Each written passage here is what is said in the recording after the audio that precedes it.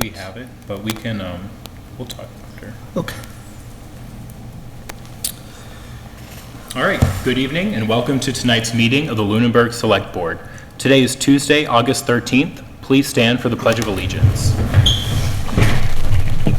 I pledge allegiance to the flag of the United States of America and to the republic for which it stands, one nation, under God, indivisible, with liberty and justice for all. In accordance with the requirements of the open meeting law, please be advised that this meeting is being recorded and broadcast live over the Lunenburg Public Access channel, on Facebook Live on the Public Access Facebook page, and will be uploaded to the Lunenburg Access YouTube channel after the meeting.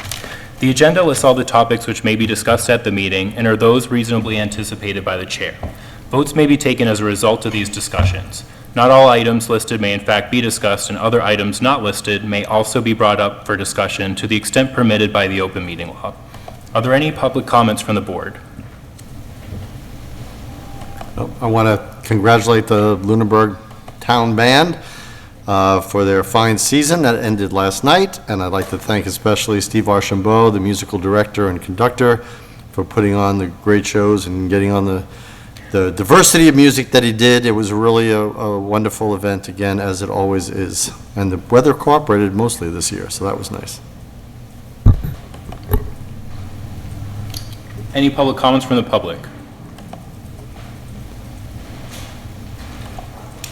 Mr. McDonald.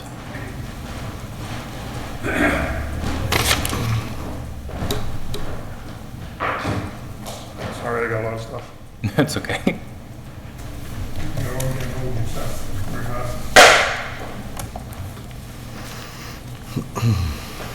Thank you. Good evening, Mr. Chair.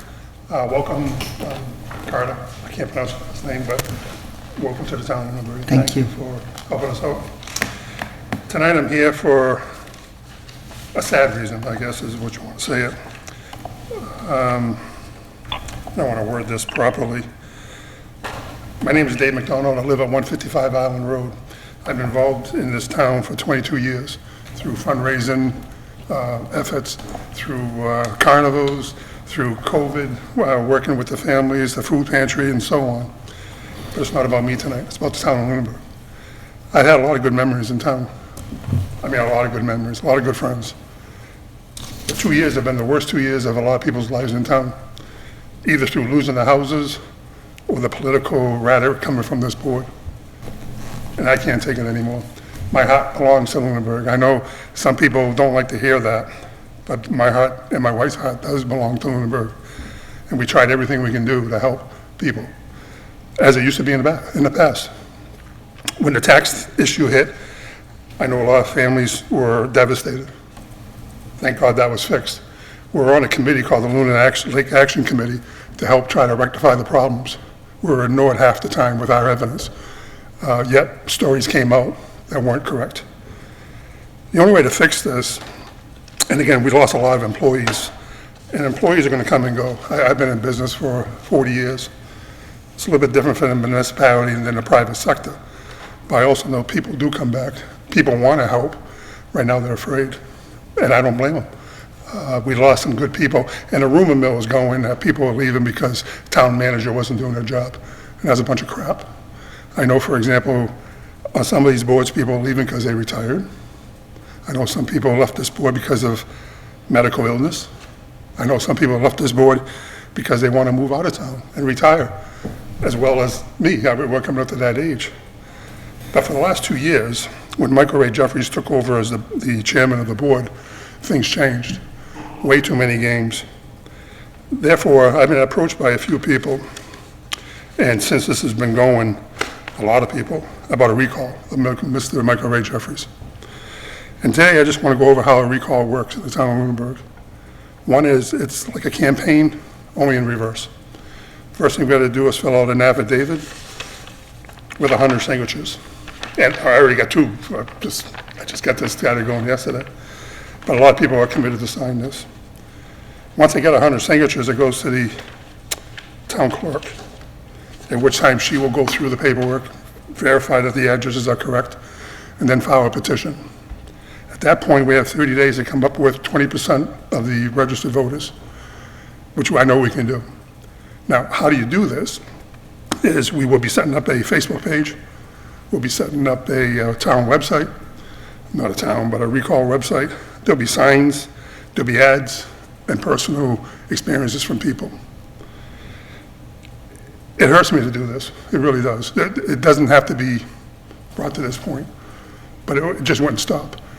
People at home are getting upset, and it's got to stop. And the only way to stop it, and it can be stopped, by the way, the only way to stop it is to get the old system back together. And what I mean by old system is let people know they're doing a good job. Let people know that we care about them. Let people know we need you for volunteers. That's how we do it. But people don't want to volunteer. They don't want to go through the crap that's going on. And people are leaving, like your mother. She's leaving for other reasons, but she's leaving. And that bothers me because Paula and I know each other for 20 years. And I wish her well going forward. But the reason for the recall, and if you don't mind, Mr. Chair, I'd just like to read a couple of things, is just over the last 2 years, one is the tax investigation of Lunenburg, which led to a $1.6 million loss to the town. And yet today, we still don't know what the investigation was.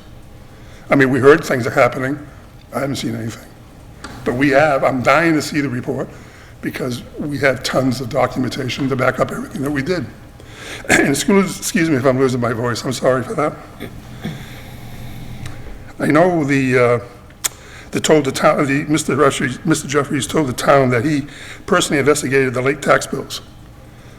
I want you to refer to the meetings in February on YouTube, the first 2 meetings, which he stated he personally investigated the tax bills and positively state that the bills were mailed out on time. If they were proven to be mailed late, which we all knew and they were, that would have given everybody more time to come up with the money to pay their tax bill. That tax bill on an average was $4,000. That had to be paid in 2 weeks. People didn't have that. And for the people on the board during that, you might remember, people were crying here because they couldn't afford their houses. People lost their houses. That still bothers me to this day. During that meeting, I had one lady during the state delegation scream in the back, and I think most of you people remember that, and said, "Dave, help me save the house." I gave her a hug, and I came up here, and I was upset. I know you left the board and went in there, and Heather went and followed you, instead of facing the people, trying to fix the problem. I think in politics today, not just here in Lunenburg, but throughout the country, it's just, you gotta fix the problem. And it's easy to do if you have communication. There is no communication with you, Mr. Jeffries. You didn't talk to anybody. Mr. McDonald, do you want to Yeah, I'm trying, get to I'm the trying. conclusion here? You know, I appreciate that. I want to finish, this is very important. He manipulated citizens to believe that the waterfront residents were undervalued for years. He created a divide and chaos between the citizens over the Lunenburg tax issue. Mr. Jeffries and other board members stated that to get their own appraisal done, and you'll see. That was done by several citizens at the cost of $500 apiece. At that time, it was proven that they were completely wrong. As you know, by the way, the situation was made national news on WMSNBC, as well as all the local stations. He told our own state delegation to only communicate with him and not other boards. He's manipulated himself and other boards of business, just about at every board, from the cemetery, historical, water committee. Again, this caused chaos and miscommunication between the boards. He did not contact the town manager for her review back in May, not June. Her evaluation was supposed to be done in May before the town elections. And then after that, the town elections came and it didn't happen. But the last was, the reason for a recall tonight, was the last straw was the policy change that you guys have been doing for the last couple of weeks. Towards the end of the meeting on July 16th, Mr. Jeffries suggested a new policy that outlines regarding what should be said in public news statements. Mr. Jeffries tried to change this with no notice to the public or even his own board members until the middle of the meeting. Mr. Jeffries stated that he did check the policy and found nothing why it couldn't be approved that night, in that moment. But our own policies, section 1-0-2, outlines that the board will not vote a policy in the same meeting that is first introduced. The rule may be waived by the majority of the board votes that prompted action is necessary. And a unanimous board vote of 3-member board or 4 votes for a 5-member board is necessary. Those policies were not enforced. And I got one more thing, Mr. All right, I want to be respectful of what you have to say, but And I said, we're going well, to I'm wrap it up. respectful of you. But as you can see, this is important, and I'm almost done. I'll yield my time to Mr. McDonald. Thank you very much. I don't know who that was. Thank you, caller. Is that okay, Mr.? Quote the Lunenburg Ledger of last week. Mr. Chairman, you stated that you wanted to wait for the full board to be present before discussion of potential act further. To put it bluntly, which is what got me upset, is that the policies are more of a guideline. I never heard that before in my entire life. That's in the ledgers and also on TV. Mr. Jeffries continued to support the new policy, and he said, I think policies first are guidelines. You guys are military people. You guys follow orders. You guys follow procedures. I am shocked that you created this at a whim of yourself, and no matter how much it hurt the town or how bad it was, you don't break a policy unless you discuss it as a board. So like I said, I may make friends out of this tonight, or I may make enemies, but at this point, I care too much about the town, and I'm hoping the town will heal itself back, and I'll be the first one out there trying to get people to come on boards and help out the town. This is real stupid what's going on. But the last thing I just want to say, Mr. Chair, when a clown moves into a palace, he doesn't become a king, but that palace becomes a circus.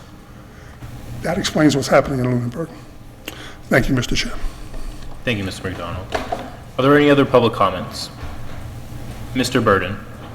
Yeah, just want to thank Mr. McDonald very much for those comments, and thank you very much. I think it was very appropriate, and I agree, and honestly, I'll be there to sign that petition. Mr. McDonald, thank you. All right, any other public comments on Zoom? Seeing none, we will move on to announcements. I have a couple. So the first one is in regards to the closing of Neshoba Valley Medical Center. The Department of Public Health has received notification of Steward Health Care System's intent to close Neshoba Valley Medical Center. There will be an in-person and virtual public hearing. Members of the public will have the opportunity to share comments with DPH about the proposed closure. The in-person hearing is scheduled for Thursday, August 15th, 2024, 6 p.m. at the Devens Commons Center at 31 Andrews Parkway, Devens. The virtual hearing is scheduled for Monday, August 19th, 2024, 6 p.m. Members of the public and other interested parties may join the hearing by phone using the following information. Actually, I'm not going to read that. You can find it on the town's Facebook page on a post that was made today. Additionally, written comments concerning this matter may be submitted to the Department of Public Health, Division of Healthcare Facility Licensure and Certification at 67 Forest Street, Marlborough, Massachusetts, 01752, or by email to hfllicenseaction@mass.gov. Comments will be accepted up to midnight on August 19th. All written comments submitted to the department may be posted on the department's website and released in response to a request for public records. Regarding the September 3rd state primary elections at TC Passios from 7 a.m. to 8 p.m., the last day and hour to register to vote or change party affiliation for the September 3rd state primary election is Saturday, August 24th at 5 p.m. The town clerk's office will be open from 9 a.m. until 5 p.m. Absentee and early ballots are available now for the September 3rd primary election. You can vote by mail. The application deadline is August 26th at 5 p.m. And in-person absentee voting, the deadline is August 3rd at 5 p.m. And I have one more. Let me just find the right page. The second annual town official meet and greet will be held September 26th from 5:30 p.m. to 8:30 p.m. at Low Places Ranch. Join us for an evening of networking, community building, and casual conversation with local businesses, town officials, and community members in a relaxed and informal setting. Any other announcements? All right, communications from other boards. I do not have any. and I do not see anyone here who would be sharing one. So we're going to jump down to interviews, appointments, reappointments, and resignations. Up first, we have the appointment of interim town manager Carter Terenzini as General Government Records Access Officer. Do you want to just speak to this briefly? The statute requires that you designate someone to be responsible for the receipt of and response to public records. You've divided that up by police, fire, and the schools, and the town manager, former town manager, had been responsible for the general government, library, DPW, all of the other units. And I would ask for your formal appointment for that position for the duration of my time with you. Are there any questions for Carter? All right, is there a motion?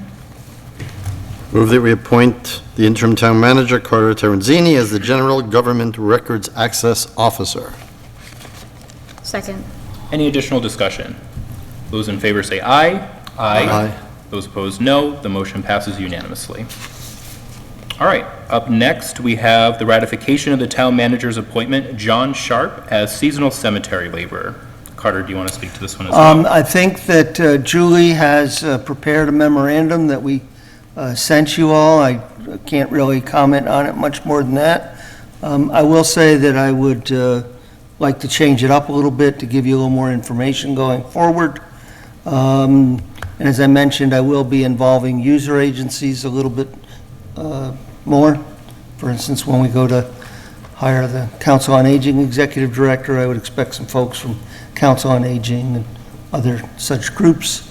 Happy to answer any questions to the extent that I can. Any questions for Carter? Is there a motion? Move that we ratify the town manager's appointment, well, the interim town manager's appointment of John Sharp as the seasonal cemetery laborer. Second. Any additional discussion? Those in favor say aye. Aye. Those opposed, no. The motion passes unanimously. All right, ratification of town manager's appointment, Denise McHugh, as data collector. Back to Carter. I mean, basically the same. I'm really pleased to be able to start to fill some of these positions. I think we've got some positive news when we get to the manager's report, and would ask for your ratification of this appointment. Any questions for Carter?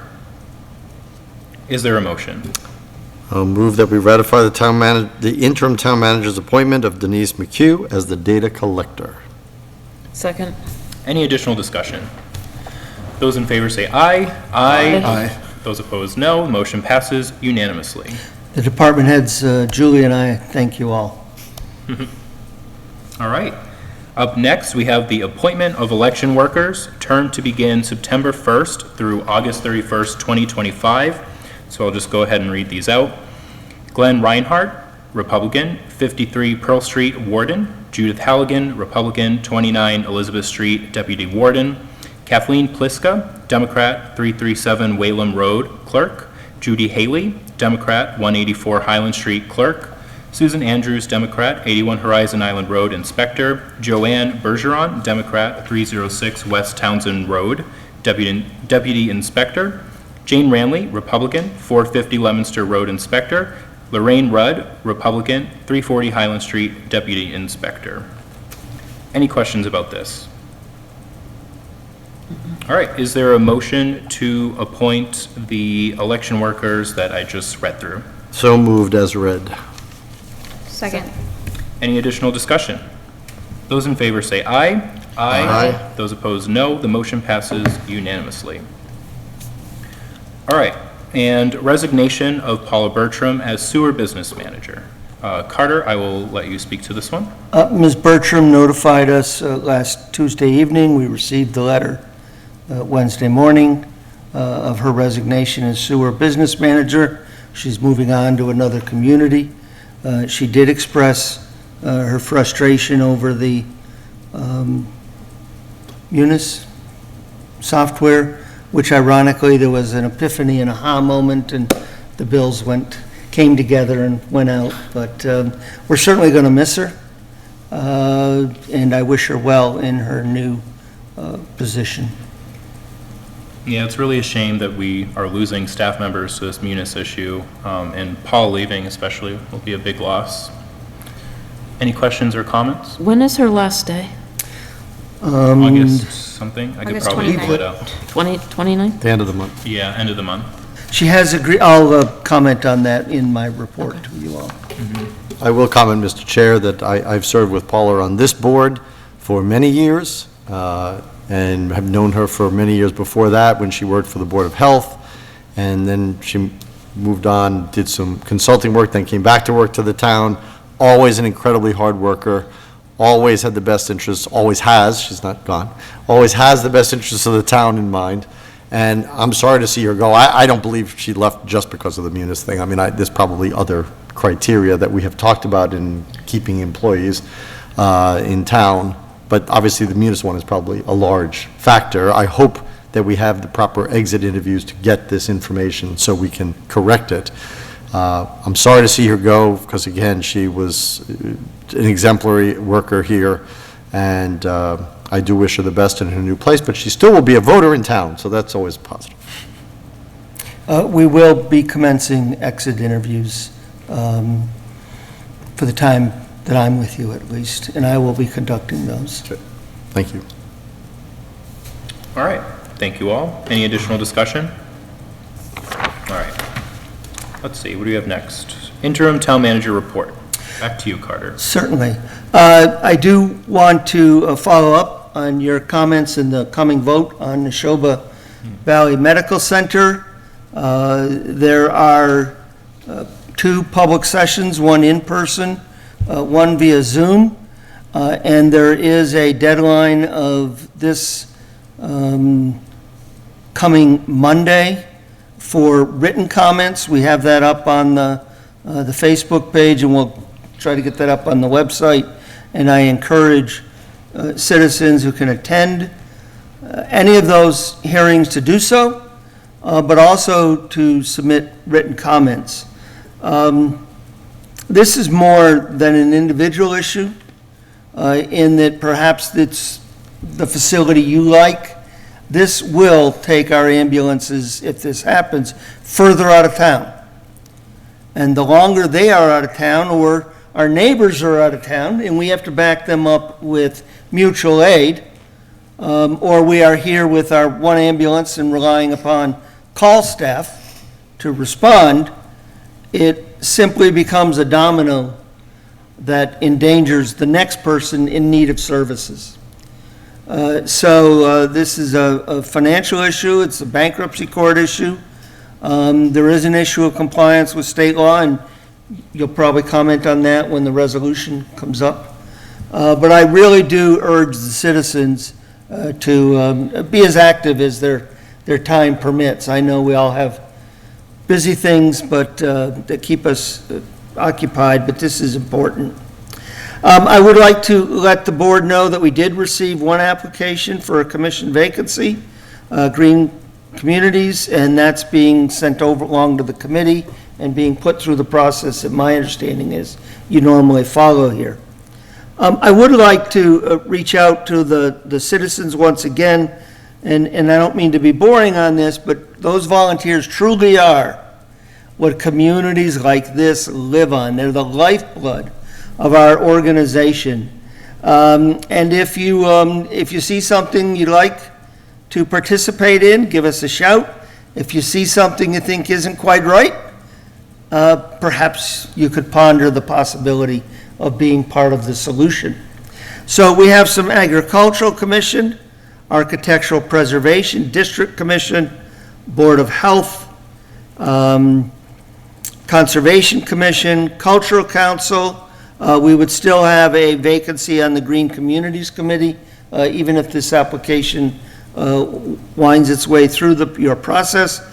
Historical Commission, Open Space Committee, Personnel Committee, the Sewer Commission, and the Zoning Board of Appeals. I'd like to make a special shout out to anyone who's in the sewer district and is a user.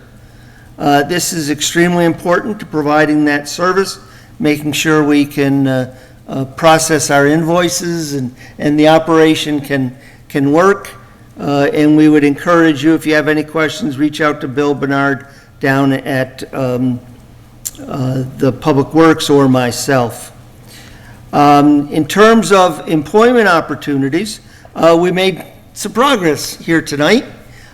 We have an offer out on the assessing assistant, and we did second rounds of interviews today on planner. I have 2 more later this week.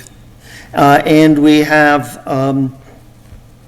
advertised for and actually begun interviews for the sewer business manager, and we have some applications on the assistant sewer business manager. I know last week I told you we were going to hold that one. Paula wanted to wait, but I would like to, if we're going to have to fill, unfortunately, Paula's position, I'd like to try to get the assistant in so we can put them through their training at the same time, and they're both learning it together. Now, with respect to new hires, we've addressed that tonight, and we addressed Ms. Bertram's resignation under staffing updates. We did begin one-on-one interviews. We had one of the Shaws in today on the transfer, the trash and recycling, and we have waste management and our current provider, Harvey. Those are both tomorrow. Julie's really cracking the whip on myself and Bill and trying to see if we can't get that in front of you in for Tuesday night, but I do want to be realistic that it might be the first meeting in September before we can get that in front of you. And one of the questions we are making sure we're in full understanding on is their ability to deploy on September 30. And to make sure that the customers, should there be a change in vendor, are aware of the new vendor and the proper phone number to contact and how all that's going to work. The RFP for town manager recruiting services is ready to go out tomorrow, or we've notified the chair of the screening committee, asked him if he would like to have the committee look at the whole thing and sign off, which that would delay us a few days, but we could still get it out by next Tuesday. But I'll leave that to the chair of the committee to make that call. We did receive several design proposals on the Marshall Park, and those are being reviewed with the owner's project manager and the committee. My understanding is that those are being completed this week as well. So today, I, with the chair, attended the Council on Aging session, and we did let them know that we would be sending them the job description for the executive director. I know the executive director has recommended some changes, and again, I like to try to involve the user base to the extent we can without getting, things too confused. And we told them we would be sending them that in the next few days and asking for comments by mid-September so we can get that advertised, because unfortunately are very able, and I am quite impressed with the programs they put down on at the Activity Center. Did I get that? The Lunenburg Adult Activities. The Lunenburg Adult Activity Center, thank you. You're welcome. I really am quite impressed with the number of programs that they put on down there, and I know we're going to miss our current director, but hopefully if we can get started in mid-September, that we should be able to get that position filled without any lag. And I do want to say that, going back for a moment, Ms. Bertram has agreed, to the extent she's available, to come in and help us train the new employees. So we really, as you said, always had the best interest of the town at heart, and I think her extension of this willingness to do this really kind of conveys that.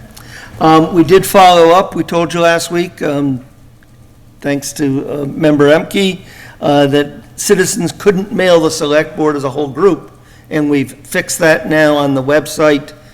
We've added this to email the select board as a whole. email Annie Aubrey, and she'll forward it to the board. If they want to email you individually, they'll continue to do so. And that internal selectmen.lunenburg.ma.gov, which is kind of a organizational internal communication tool, remains intact. But we've been able to solve it this way, I think, fairly easily. Finally, I'll be in the offices next Tuesday, Wednesday, and Thursday. And as you've seen by some texts and some email, I'm available other times. We'll get back to you as quickly as I can.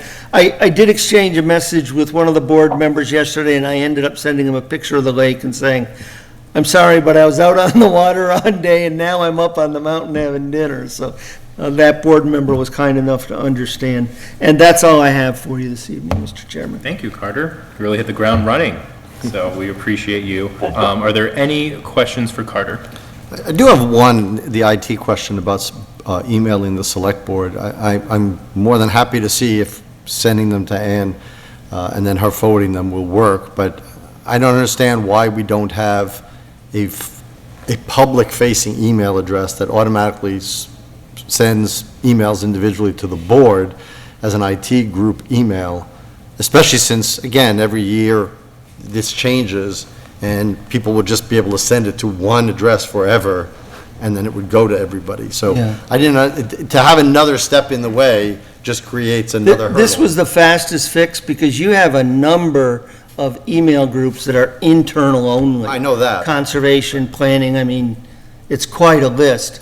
I can and will look into that, but for the moment, this seemed the fastest way to do it because I was able to do it by asking Kara to do it real quickly as opposed to waiting for getting a better answer. I'm all for the quick fix. I have no problem with that. I would like to know from Suzer IT, any board, any elected or appointed body should have an outward-facing one. Now, I know internally, there's a town-wide email. I could see clearly why we would not make that public.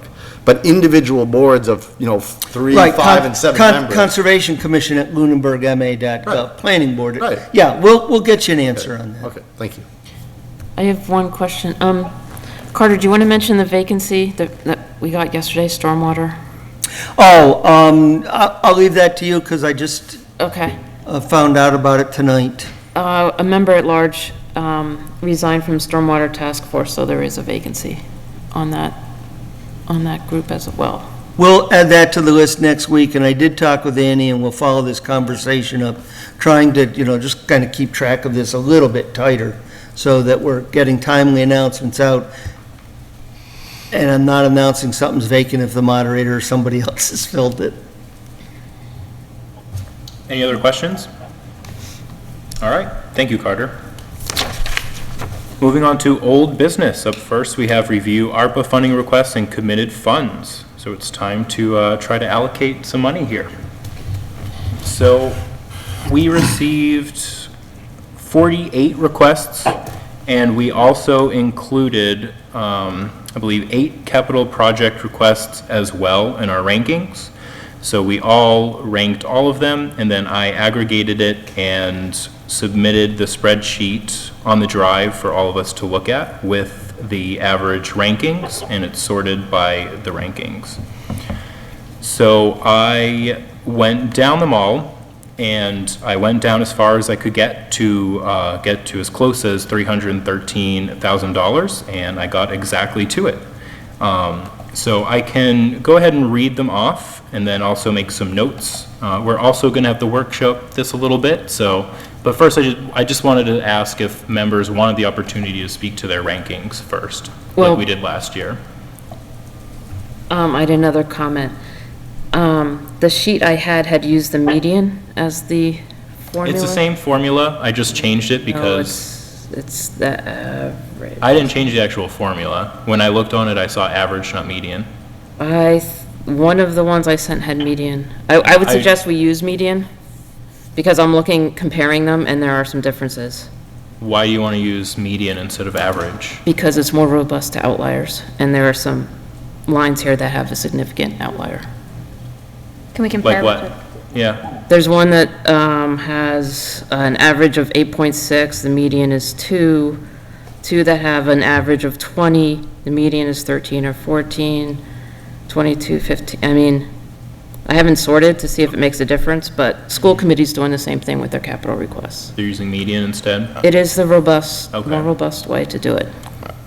I don't really agree with using medians, but I mean, even still, I mean, I think in this application, the one you just referenced, I mean, the 8.6, I mean, it's still getting funded.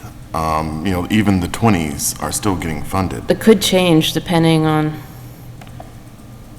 the outcome of the discussion. The funding amounts, we could go farther down this list depending on where the discussion leads. Right. Are we able, sorry. That's I okay, need to go just ahead. interject. Are we able to download sheets on these iPads so we can actually, You can, if you have Excel, oh, I don't know if there's Excel I on think you there. can open it if you have the Google, if you go to Edit Google Sheets, you should be able to do it right in the app if it's downloaded on the iPad. Let's see, let me it's open it. not, yeah. And then No, it's just, it's Google everything Sheets is- isn't Oh, as wait. good as Excel itself. Yeah. Oh, no, I never mind, it's downloaded not it. downloaded. Well, I mean, It's just hard to read all the comments on here. there was a lot of urgency on this, and, you know, I Oh, really yeah. would like to allocate some of these funds tonight, you know, so I don't really want to go back and redo this. No, You know, I don't know, I specifically remember looking at the formula, I didn't change the one that was there, it was the average, so then I just updated the header to reflect that. But I guess I'm just looking for input from other members, what we want to do. Do we want to use the average or the median? What did you guys do last time? Average. I don't even remember. It was the average. It was the average? Yep. Renee, are you able to compare them on your computer? I mean, I can't do it on the iPad. yeah, I can do it in Excel. I can do, I have it already. I have them side by side. I guess I don't know enough about I was the calculating the differences median. to with know 5 what one scores. would be You best. can do a median. I know exactly what a median is. Are they doing an actual median? It's Excel's median equation. Well, they must, but there's a formula to doing it. They're not just doing the median. All right. We So- can review. I can tell you if they're different. I think, you know, when it comes to, I mean, math, I think that most people understand average, and, you know, if members of the board themselves don't know how to get to a mean, median, then, you know, maybe we shouldn't be using it. Yeah. But regardless, I'm comfortable going down this list and identifying the top things that members, based on the averages, have agreed to fund, and if, you know, Selectman Imke identifies something that she thinks if we used a different formula would have made it in, Yeah. then let's highlight what that is. All right, yep. So I'll just go ahead and read what brings us to 313,000. So the first thing is the Munis consultant in the amount of 16,000. The second is 2 intravenous infusion pumps for fire EMS at the price of 7,500. The third is payroll services and implementation, and then it got a little overlapped over there, so I can't finish it, but it's the payroll implementation that was requested by the town accountant in the amount of approximately 106,000, if I remember correctly. Can't read it. New furniture for public safety building day room in the amount of 20,000, submitted by the Firefighters Association. Weekend food kit program, $9,000 per school year. So they requested 2 years. I saw comments from some members of the board that wanted to just fund it for 1, and it also got us a little closer to exactly 313,000 and gave us an opportunity to include some more. So in this option 1 column, I went with the 1 year, $9,000. Conservation Commission, local match for Mass Trails Recreational Trails Program Grant in the amount of approximately $15,000. And then the next 3 are the Lunenburg Historical Society, computer upgrades, paint and repair exterior trim, and photocopier upgrade. So then Council on Aging is the next 3, sail shades for backyard patio for bocce and shuffleboard courts and other areas, 2 Adirondack rocking chairs, triple-sided outdoor message board kiosk, and actually I will just note 2, I got exact dollar amounts for those 2, so they're slightly different. One of them was just like 20 cents off, and the other was maybe just a couple dollars, so it didn't really change much there. So those are more accurate numbers now. Facilities and parks, DPW garage floor repairs. This is the first capital planning project here, and the second one is DPW partial roof replacement. And then that brings us to 313,000 right there. Mr. Chair, you might want to. I am not the host of the Zoom, so if I could ask the booth, who appears to be, to mute whoever that is that we can hear. What's going on with this?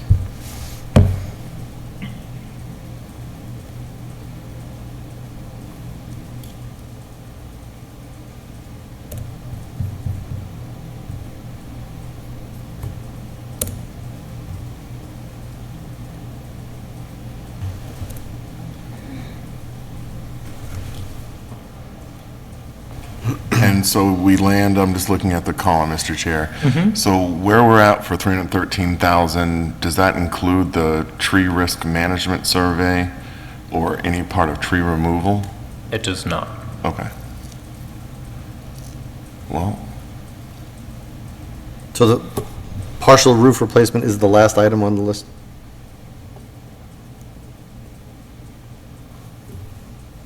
Oh, sorry, Carl, I didn't see you raising your hand behind me. I'm very well trained by my father.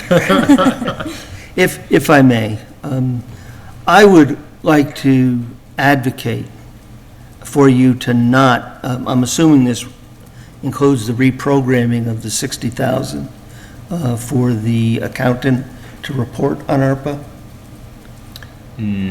No, this number I don't think includes that. Doesn't. Yeah, that's separate. the, No, Then- not that request, the one that was already,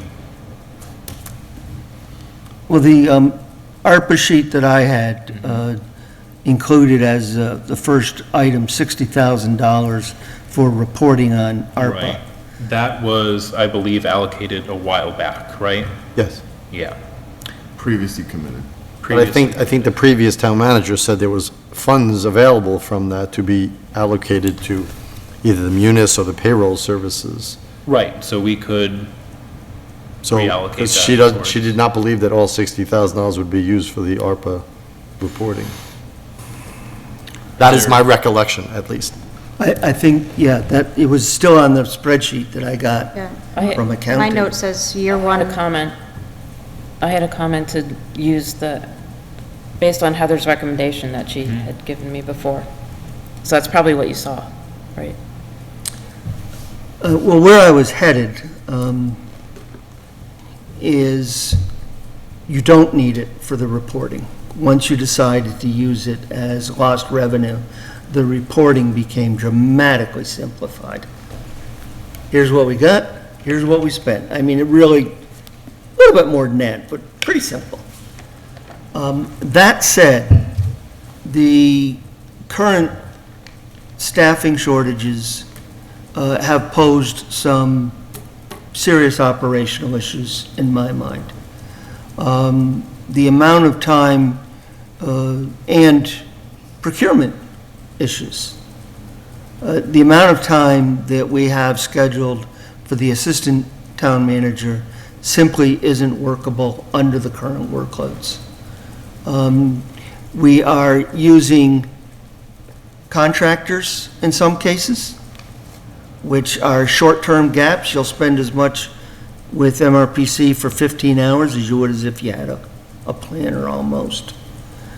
And if you spend down my expense against the town manager's line, I fear you may not have sufficient monies on January 1, should you have to really raise the ante, if you will, in your negotiations with a incoming town manager candidate. Also, there was some monies pledged to Vision, which did not appear. I was informed by the assessor. So I had hoped that the 60K would be preserved for now and reprogrammed, that we might use it for ARPA purposes, procurement, and these various staffing issues over the coming months. So, if I may, Mr. Chair, I think it's pretty clear that, Julie is one of our, really hard workers. I think that her process, the candidates that we have hired have all been really top-notch people. I know that I've kind of spoke against the need for a ratification process, but that's not a reflection on Julie's job as much as it's a reflection, I think, on this board needing to recognize the work that she's doing and make that the standard operating procedure going forward. So, funds, I know that we haven't gotten to the point of reprogramming anything, but I do think that with that, if that was an option on this spreadsheet, it certainly would have been the top of my list. I think that anything we can do to increase increase the hours so that way we can procure, so that way we can continue to hire, and especially knowing that I think the way that specifically Julie's going about doing it is top notch. So anything we can do to support that, I'm personally in favor of. I don't know what that means in terms of us taking another look at this, some items or not, but is it easy to identify for you, Carter, Mr. Terenzini, how much of those funds have been expended, if we have a contract for that set amount of money that was that 60 grand with the vendor or not, and kind of what is really remaining? I thought there was when I looked at the spreadsheet that I was given last week. The spreadsheet from 7:15 says that it's 0% expended, that the full 60,000 is there. I don't know if anything has changed since July 15th, but that was the money that Heather had identified as potentially moving to Harper's. But I'm told that you may have already actually reprogrammed that. Am I not understanding? We have not We haven't No, reappropriated it's anything. still We haven't there. touched that. Okay. So that was not included in the 313,000 if I'm No. reading My the spreadsheet apologies, right. I'm only on Yeah. day 7, I'm doing my... Yeah. Yes, no, we understand, we understand. But you're highlighting something that's important that I think Yeah. we need to address sooner, as soon as possible. Yep, I agree. All right, so, And we, let me just say, and we have been at work at that. so do we want to continue to try to allocate some of these requests that we ranked already with the 313,000 remaining that we have, and then revisit that at a later meeting? My opinion, Mr. Chair, is that, yes, however, I think that it would be helpful, I did not prioritize any of the capital items, and my rationale for that was I think that it seems as if they may be items that we could procure on a shorter notice. Maybe not garage floor repairs, maybe not partial roof replacement in terms of having it under contract, but some of the other things. And so, in my opinion, I think that we should try to identify things that are smaller dollar amounts Right. that get us to the finish line sooner than later. And at the same time, once we get that money out the door, I think we also need to prioritize kind of what is unspent, so that way we can identify where we're going to reprioritize those funds. I mean, I know, I do want to comment that, this money did not go out to a lot of these outside entities quickly. In fact, it was very slowly. I know that we had made a lot of determinations, and in my, at that time, I had asked many times of the town manager about where we were at with the distribution, and in some cases, some of these organizations didn't see any money for 5 and 6 months after we had allocated. So, I mean, it's not like everyone has had 3 years to spend it. A lot of organizations have only had 5 or 6 months to spend it, if even that. So that's what I would encourage, is kind of use the capital items that can be quickly put under contract, and save those for November, December, or really November. So that way we can try to get as much done. And again, the spirit of this law was not for it to be the government grab that it has become. It was to support community-based organizations that suffered from COVID. I'm not saying that there wasn't an allowance for it to be a government grab, but it is, I just want to acknowledge the fact that it seems as if tonight, and the list that we've come up with the exception of facilities and parks, seems to be more in line with the spirit of, in my view, what the law was hoping that we would do. All right, so, made a couple points there that I was going to address, but I think the number one that I will actually address is using the capital projects as a backup plan to allocate if we need to, because those can be used quickly. So you said focusing on smaller dollar amounts, really what I'm wondering, where does that leave us for these couple of high priority ones that we did, right? Relating to the Munis consultant, right? That was number one, and payroll services. So that one is a much larger dollar item. But other than that, I mean, most of these top scoring ones are relatively smaller dollar purchases, right? 2 intravenous infusion pumps, $7,500, you know, then you go down to computer upgrades, paint, repair, exterior trim. So, We will report to you this coming Tuesday on the Munis and the payroll issue. I'll do a little bit deeper dive with Ezzy on that and report to you by next week, okay. if that is So of some assistance. are you saying that we should hold off on it? I'm saying that if you want to follow what Mr. Jeffries has suggested and get a little more information, we can have our report to you on these two things next Tuesday. Okay, all right. We would, however, again advocate for retitling that $60,000. All right, so what do other members think about this? To be very honest, I have no idea where we are, because, I mean, aside from the average versus median, which I understand the Right. discrepancy about, the rankings are the rankings. So otherwise, if we're not going to again, if we're not going to follow the rankings, two things are true. Why did we do the rankings? If somebody wants to argue one position up or down, I could certainly see that, but if you want to wholesale take the capital planning things off, I don't see what the point of that would be, number one. Number two is, on another process, we went out and asked people, and in the quote, and I didn't agree with it at the time, and I still don't agree with it, that the heart and spirit of the ARPA funds were, you know, for whatever those purposes were, that they quickly dismissed and said, well, you can use it for anything. If they really wanted those purposes, believe me, the government at every level has the ability to tell you that's what you're going to use them for. So the fact that they open it up means that everything is fair game.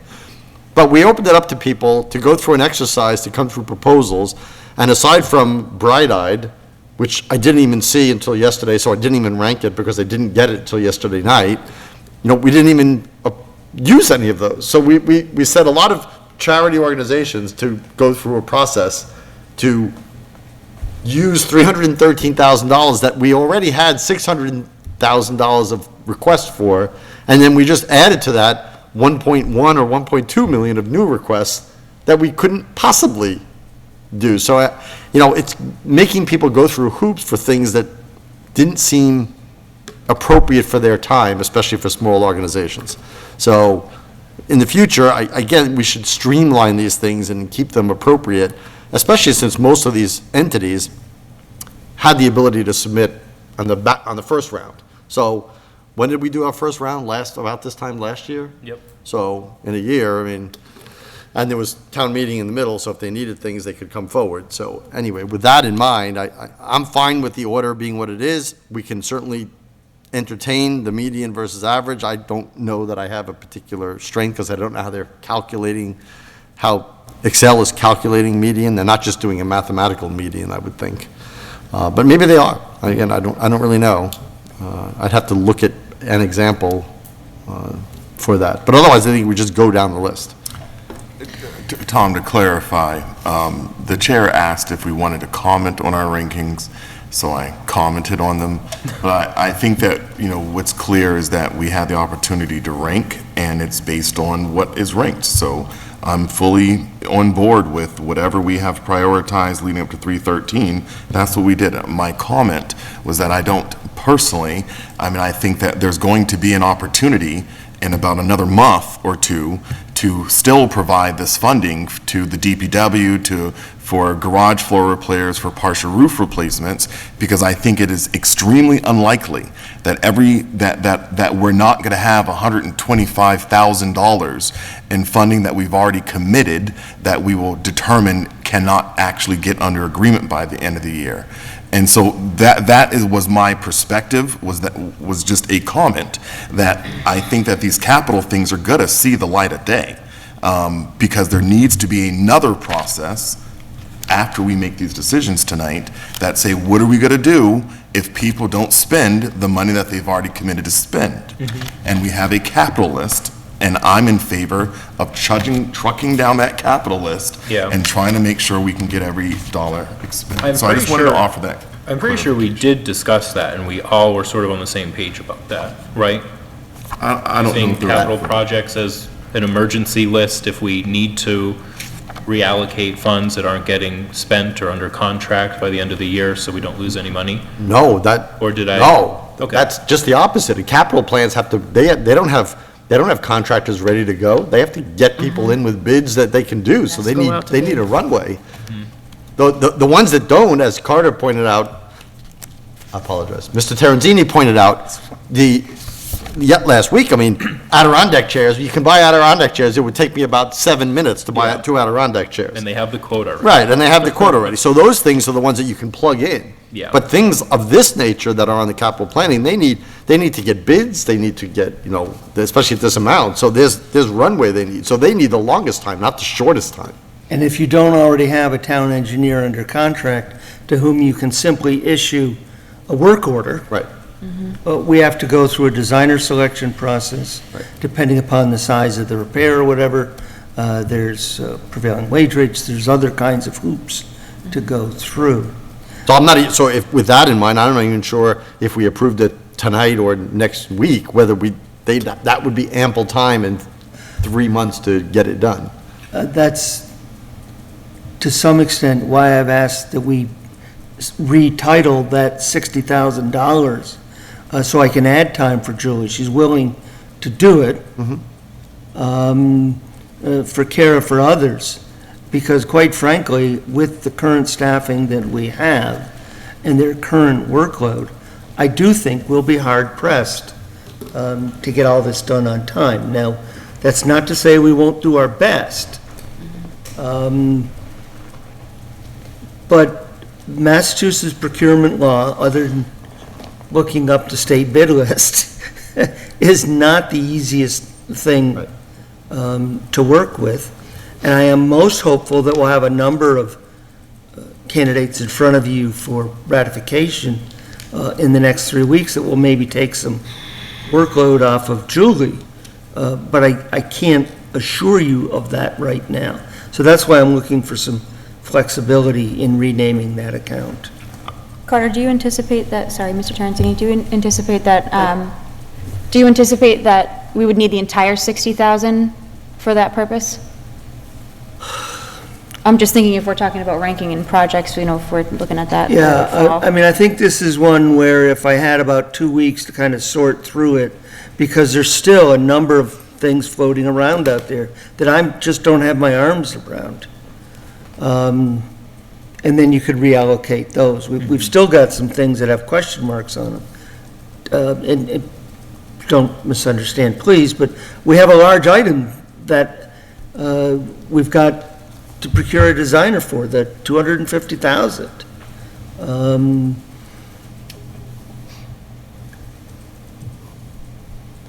I, of course, will always advocate for maximum flexibility, so you'll always have to watch out for me trying to do that. I could get a better estimate for you. So as, Mr. Chair, as one member of the board, I think we've all at different times made this clear, but I'll make it clear for myself. One of the most critical things for us, which means through you, because we need accounting for this list that we appropriate money for, is that none of the $3.X million that we were given, not one penny goes unspent.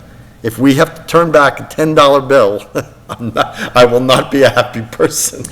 I had this conversation with the fire chief, and he says, "Don't worry, I'll get it spent." And I said, No, you don't get to wait until the ambulance comes in and then order an extra defibrillator or the walking, the stair walking gurneys. It's all got to be in.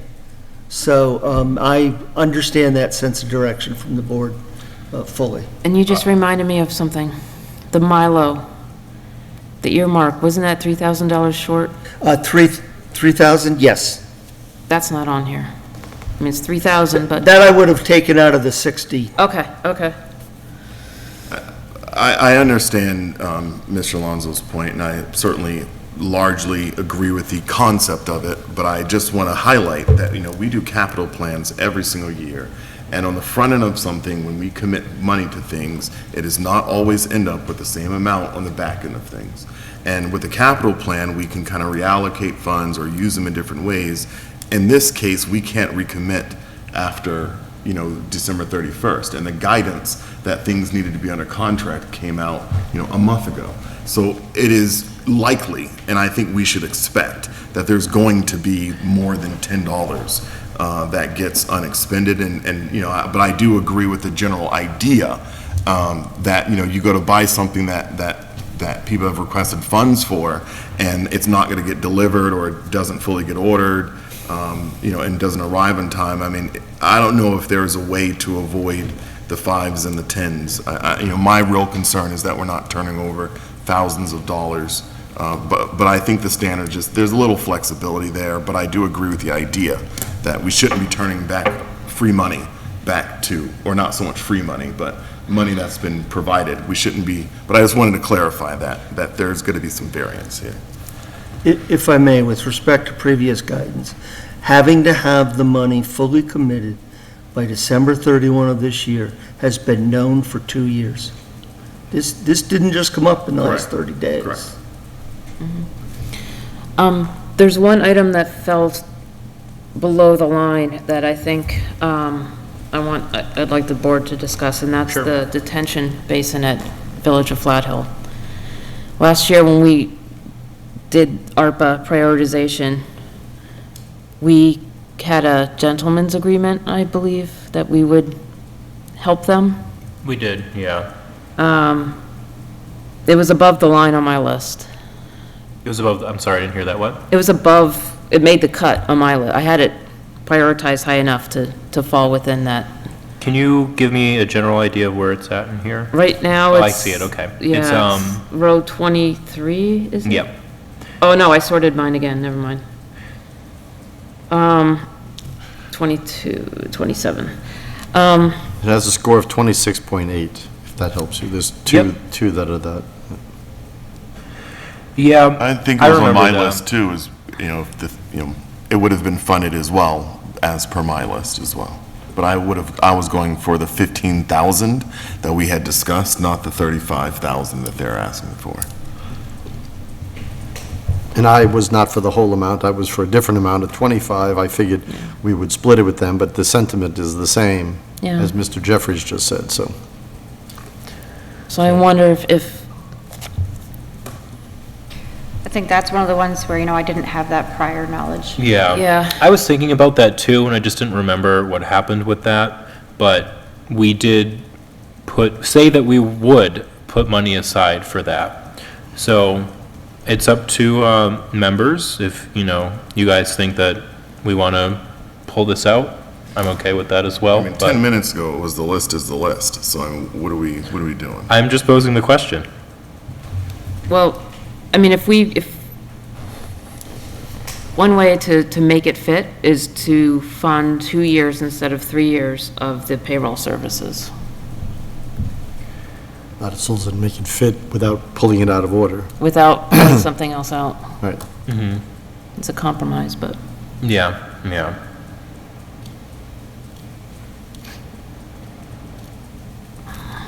Well. That one, I feel like we have a responsibility there. And I think that's very fair to bring up. If that's the board's desire between the payroll and the 60K within those, I'm sure we can make, I'm not sure what the number is, 15,000. We'd have to settle on the 25,000, number. 35,000, I'm not sure where you're at. Well, I could propose a potential solution, Mr. Chair. Sure. If we decide during this coming week, between the median and average, we could also discuss, and anybody could discuss any of these items, and give the members a chance to, for their own rankings, to reorder their own rankings given the discussion, with the understanding that next week we will appropriate, or we will vote on numbers. But that gives us a chance to see and catch something like this, and if members want to re-rank their own columns, they can do that. So that's a potential solution. I'm okay with that. But, Could we consider Because putting? if people didn't know, I apologize. No, no, Ms. please. Moore. But if people didn't know or didn't remember the importance of this, that might be a reason to have this one more step in the process. Would we also consider putting that 60,000 that we're talking about reallocating in here, so we are approving all of these potential projects at the same time? I'm fine with that. yeah, because it'll give more time to figure out what the best plan is for that, right on. Well, I thought the request was to just not add it back in. Are we talking about Mr. Terenzini's request? Yeah. Yes. Yes, sorry, I wasn't exactly clear with what I was saying, but we wouldn't add it back in here, we would essentially redirect. Rename it. Yeah, we just rename it. If you want to come Yeah. up with a title about what you want it to Yeah, be I'd just like for, to that that would to be done. helpful. Yep. Yeah, we have to vote on that to change Yes. the title, I would assume, right? Yes, you would need to vote Yeah. on that. My point is that we could do that additionally at Yes. the same time that we do all this. Yep. All So right, I mean- Ezekiel had asked me for the list of what's been committed, spent, and we had it from our last July, whatever, meeting. Is that the most up-to-date, do you know, Carter, is that the most up-to-date accounting? I'd have to go into my emails. The most up-to-date one was, I think he sent me one on Friday. Okay. That would be good to get that, to I will be know chatting what with him we. first thing in the morning. Yeah, what we have, because there may be some projects that have closed but have a remaining balance that we can recoup and add. Yeah, if we can get like a full update on all of them, so that we have one that's like as up-to-date as possible, that would be helpful too. We'll get that out tomorrow. Yeah, all right, I'm great. personally comfortable waiting and voting tomorrow, because I would, you know, I didn't have that knowledge and being able to do some tweaking, but I Yeah. would like to make sure we are actually voting and allocating this stuff next week. So Me we're too. not continuing to push it Yeah. off. M- Might I ask, I've heard three numbers on that project, 15, 25, 35. What, if the board could settle what its intent might be, if it were to allocate money, that would help us clean the spreadsheet up a little bit, too. I'm not sure what this Yeah, I didn't see the project final, is. I believe they, meaning the residents of the Village of Flat Hill through their trustees, had committed like $10,000 or $12,000. And I think the intent initially, because we thought it was going to be 25, was to split it. But the bid came in, again, this is my recollection, if anybody has other facts, please let me know. But I think it came in much higher, at like 40 or 45. And when I ranked it, I put in that we'd give them 25, that, you know, to get as close, I didn't want to start getting 23, 22.5. I just put in a number that I thought would be half, to be fair. That was my thinking behind it. If someone can give me the contact information, I'll reach out to them in the morning. Okay, I can forward you the email now. I have That'd be it. awesome. That'd be all right, great. thank you, Renee. All right, so let's just recap our action items here in our next steps. So we are going to follow up with the Village of Flat Hills, get a better idea of that, reassess our rankings, and figure out how we're renaming the 60,000 and getting a full, up-to-date update on everything that's been allocated so far. Am I missing anything? I would just ask if any members have any other items, this is the time, before we re-rank them, don't bring them up next week. If there's anything that looks bad here that somebody wants to talk about, this would be the time to do it. Sure. Well, is there any additional discussion? Anything ARPA related?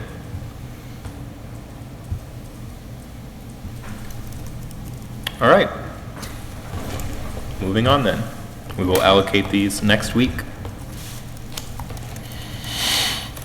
All right, moving on in old business. Up next is Select Board Staff Appreciation. So my goal with this, as I initially proposed it, really was to open channels of communication.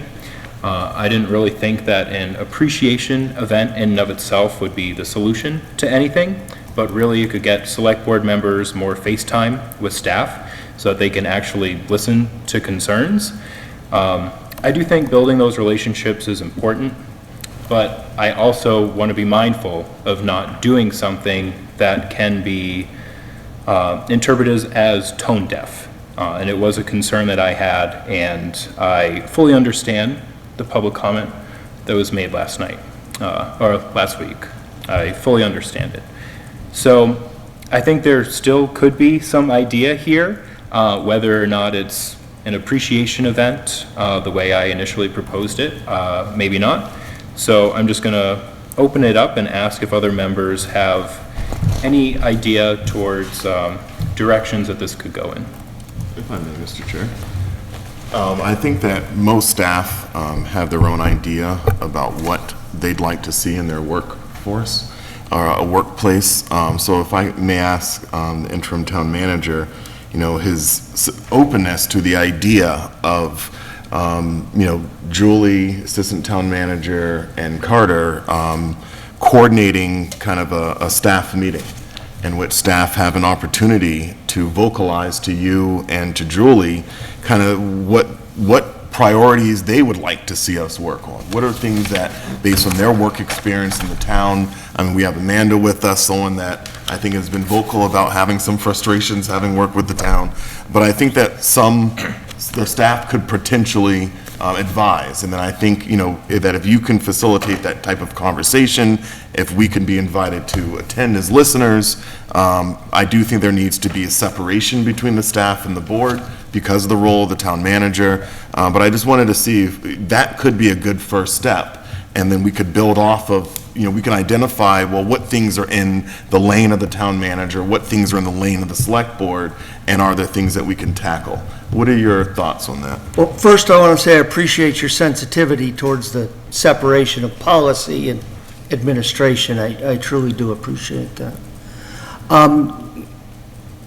I think that we do have to bear in mind with certain priorities over the next couple months, getting ready for the fall town meeting, getting the ARPA resolved, and some other things. But towards the end of the year, I think we all recognize that all organizations today, not just Lunenburg, have some recruitment and retention challenges. And talking with the staff about ideas that might have been of interest to them, and talking with the staff, perhaps it's some of it that's left, to do exit interviews, but no reason we couldn't call them and ask them if they'd talk with us a little bit. Perhaps 2 sessions, one during the day, one at night via Zoom or something. We could certainly put that together and, you know, make sure that the select board's aware of the when and the time, and invite you all to listen in. I think we could do that, but I do think it would have to fall into the mid-November to slightly later, because we do have to get these other issues. We could get the date time set, we could get information out, but actually holding it might be towards November, I would say, based upon where we are now.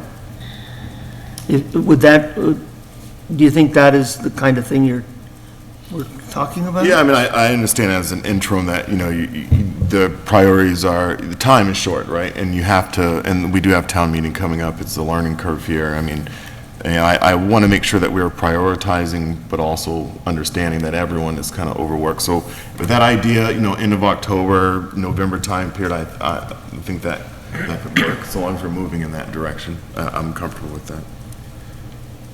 All right. Any additional discussion? Is that of interest to the board? Yes.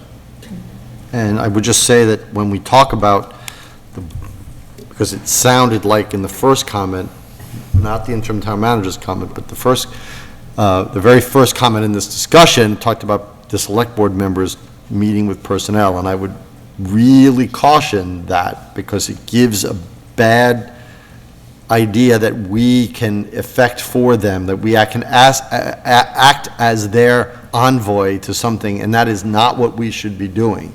So, I mean, as a member of this board for many years, I have almost always stopped at the department head level. I talk to department heads to find out what's going on in their departments, and I try not to, except at casual events and things, I'll talk to people, but I don't make appointments to speak to people, and certainly not about their employment, because I think that puts the board in, again, that division between day-to-day operations policy-making versus, what the town manager, interim town manager, and assistant town manager should be doing. So I just cautioned that. It's good to know what's going on, but there are ways to doing it without talking directly with rank and file. And that would be my effort, to make sure the board has access to what folks are saying so they can hear it, but not as interlocutors, as observers. Okay. Because once you start engaging directly, the world can become very confusing for employees very quickly. Mr. Chair?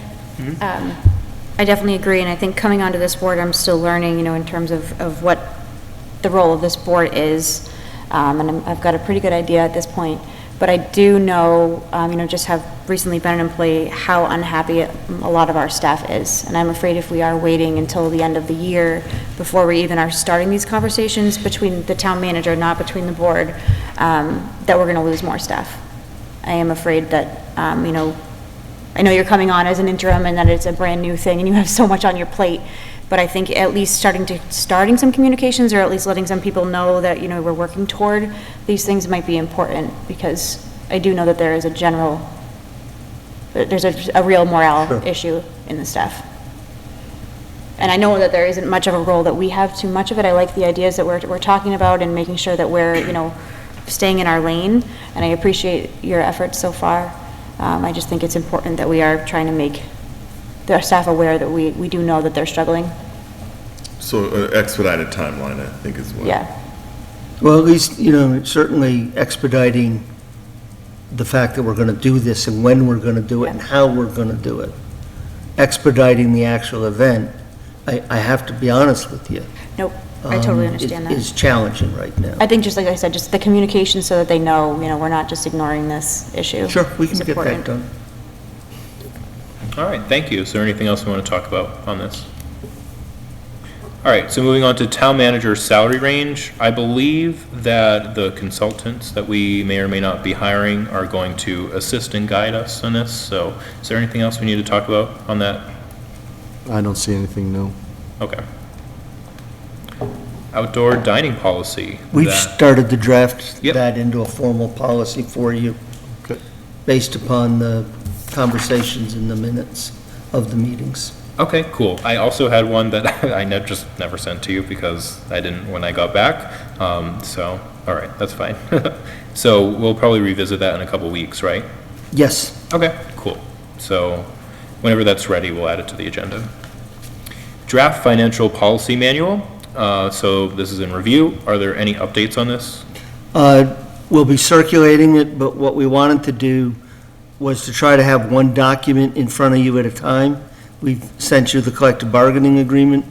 As soon as that's done, had planned to send you given some conversations about the potential manager's contract. We think that to the extent that can be in draft form by the time you get a candidate, and you can say, here's what we're thinking, and then it could save you some time towards the end. And, perhaps shorten a 3-week negotiating time period to 1 week. So we were going to try to send these documents out one at a time. We know you've all got plenty of things to do. We'll be in town manager screening committee and municipal committee and budget task force, but, it had been our plan. If you think you have an appetite for more, we could certainly send them out faster, but we just thought it would be better to do one, finish it, move on to the next one, if that's agreeable. Through you, Mr. Chair, are these floating through boards and committees They right will. now? Okay. They will. But I think that, for me, I really want that feedback from the finance committee, from the school committee, as we start really kind of digesting it in more depth. It'll go to what I would consider to be the user group. So in the financial, it is always, obviously, the finance team. It'll go to the finance committee, the school committee business manager, and this board. The town board and committee handbook will go to the world writ large in terms of our organization. So yes, Mr. Jeffries, Ray, I'm sorry, I'm not exactly sure how to say your last name. You got it right, Jeffries. Caesar. We do consult with the user groups. All right. I don't want somebody coming in and standing in front of you and telling you that they never had a chance to see it. Now, if they get the email and they don't read it, that's different. I know the capital planning committee has received it, and we're supposed to be giving comments I've seen it because I'm on this board too, but at our next meeting, which I think is next week sometime. Right. All right, thank you. Anything else we want to talk about on that? All right, and the next one, same situation, board and committee handbooks, is there an update on that? Same thing, we're Yeah. going to spool these out one at a time. Okay, gotcha. All right, thank you. Moving on to current business. Petition regarding the closure of Neshoba Valley Medical Center. So I'm just going to go ahead and read it. Lunenburg Select Board Resolution requesting emergency declaration regarding the proposed closure of the Neshoba Valley Medical Center. We, the Lunenburg Select Board, given the impending proposed closure of the Neshoba Valley Medical Center, scheduled for August 31st, 2024, officially implore Governor Maura Healey of the Commonwealth of Massachusetts to exert her leadership and official powers to prevent the closure of the NVMC, including but not limited to declaring a state of public health emergency to prevent the closure of the MVMC, in addition to formally adhering to the 120-day closure process in accordance with Massachusetts state law. Whereas the MVMC is a 46-bed community hospital opened in 1964, which has continuously provided primary critical health care, including emergency health services, to the 15 towns of the Neshoba Valley region, with a combined population of approximately 114,390, critical secondary emergency care to the other communities of north central Massachusetts and southern New Hampshire, and receives approximately 16,000 emergency room visits and 91,000 outpatient visits annually. Whereas the MVMC provides critical health care services to rural communities which do not have access to public mass transportation for patients to travel beyond the region for healthcare services, and whereas the impending closure of the MVMC by August 31st, 2024 will create a healthcare desert in the Neshoba Valley region, impacting over 100,000 residents of the Commonwealth, increase emergency response times to over an hour, cut off direct local access to public health care to the region's most vulnerable populations, and create the loss of over 500 jobs. Now therefore, the Lunenburg Select Board respectfully requests that Governor Maura Healey take the following immediate actions within her power as the Governor of Massachusetts, as follows. 1. Per MGL Chapter 17, Section 2A, declare that a public health emergency exists with the impending closure of the NVMC, and further instruct Dr. Robert Goldstein, Commissioner of the Department of Public Health, to take such action to assure the maintenance of public health by keeping the NVMC open and operational. 2. That the Governor, per her public statements on August 1st, 2024, that Stewart should adhere to the 120-day closure per Massachusetts state law, do everything in her powers as governor to ensure the 120-day closure period. 3, that the governor worked with federal, state, and local leaders of the Neshoba Valley to develop a permanent transition plan with funding to ensure that the MVMC remains open and operational and ultimately transfers to a responsible operator. Signed this 13th day of August, 2024. Any discussion? I'll start by saying that I'm glad that this got added to the agenda after seeing the other neighboring towns or closer towns to Air and Townsend, and I think, I don't know if Boxborough did, I think they may have, but anyway, the other boards, select board in neighboring towns addressing this, maybe exactly this petition or something similar. I couldn't support it more, yeah? Yeah, I just wanted to say that I used AIR's petition Yeah. that they passed as I kind of combined some whereases and, reworded it a little bit, but that's sort of the base of where this came from. But I just like when they closed the obstetrics ward and the delivery ward at Leominster, Yeah. I hope not only, I have a funny hunch that this will pass unanimously tonight here, but I really hope that as a state and as a country, we start coming to grips with the healthcare system that is not well. It's not good when you go to, for your own health, and the health of the healthcare system providing you your care is not well. And these are just indications that we're gonna have places where 500,000 population, citizen population is gonna be covered by one medical facility soon, which is, crazy when we keep touting the fact that we're the richest country ever on earth. We should really do a better job at this. I could not agree more. So I received this from Debbie Lincoln, actually, at the Council on Aging meeting this morning. And it's from Blue Cross Blue Shield. So if that happens to be your insurance, the closest urgent care centers that you can go, now that Neshoba Valley is closing, are in Acton, Chelmsford, and Westford. Which are 35 minutes, 35 to 45 minutes away. Yeah, and for hospitals, I'll just run down the list. It's Emerson Hospital in Concord, Burlington, Lowell, Clinton, and then Worcester. Well, I've already read reports, Mr. Chair, that the hospital in Clinton is already overrun with people who don't want to go. Because of the impending closure, they're not comfortable going to Neshoba Valley, so they're diverting to Clinton, causing a problem there. That's what I just read in an article in the last few days. Well, hopefully our petition to the governor can Hopefully collectively, yes, yeah. we'll do something. do something positive. So if I may, Mr. Yeah, of Chair. course. So I follow this issue closely. I attended the public hearing about the birthing center, and luckily it did not close. And that's been delayed a bit. But on this one in particular, the court that is overseeing this action for Stewart Healthcare has already determined that this hospital can close and wait in violation of the 120-day requirement by mass law, and the rationale being that of the hospitals in their system, that in order for the other six, I think it's Neshoba and Kearney are closing. Yes. And then the other six hospitals, the rationale that I read was that it was to allow them to remain open and continue to try to find a buyer. So realistically, I will sign this, but I don't think it's actually going to do anything. I think Neshoba Valley, unfortunately, is closing. I think that the court has already given them permission to close, and that the governor cannot override the court and forcing them to be open longer than the court has already said they will. And it is a federal court, too, And right? it is a federal court. So I gladly will sign this. If there's anything that can be done, I'm all in favor of it. But unfortunately, on this issue, I do think that with that court order, that there's nothing that the governor can do. Yeah, I understand.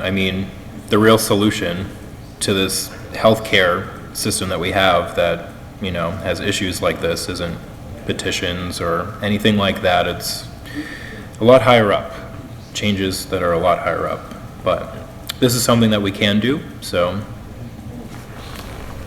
Any other discussion? Is there a motion?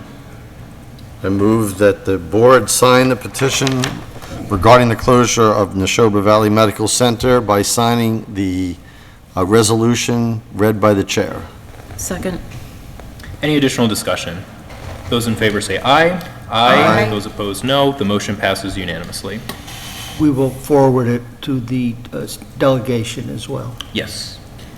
And then there's a physical copy here for us to sign that I'm assuming we'll digitize or something. Should we sign I'll it? pass it down with everything else. Has our Board of Health done anything and signed a similar petition? I know other Not that I'm towns' aware Board of Health Yeah, have. you're right. I noticed AIR, a couple others. Harvard. Yep. I don't know if ours has, probably not. All right. Up next is vote on fall town meeting date, November 12th, 2024.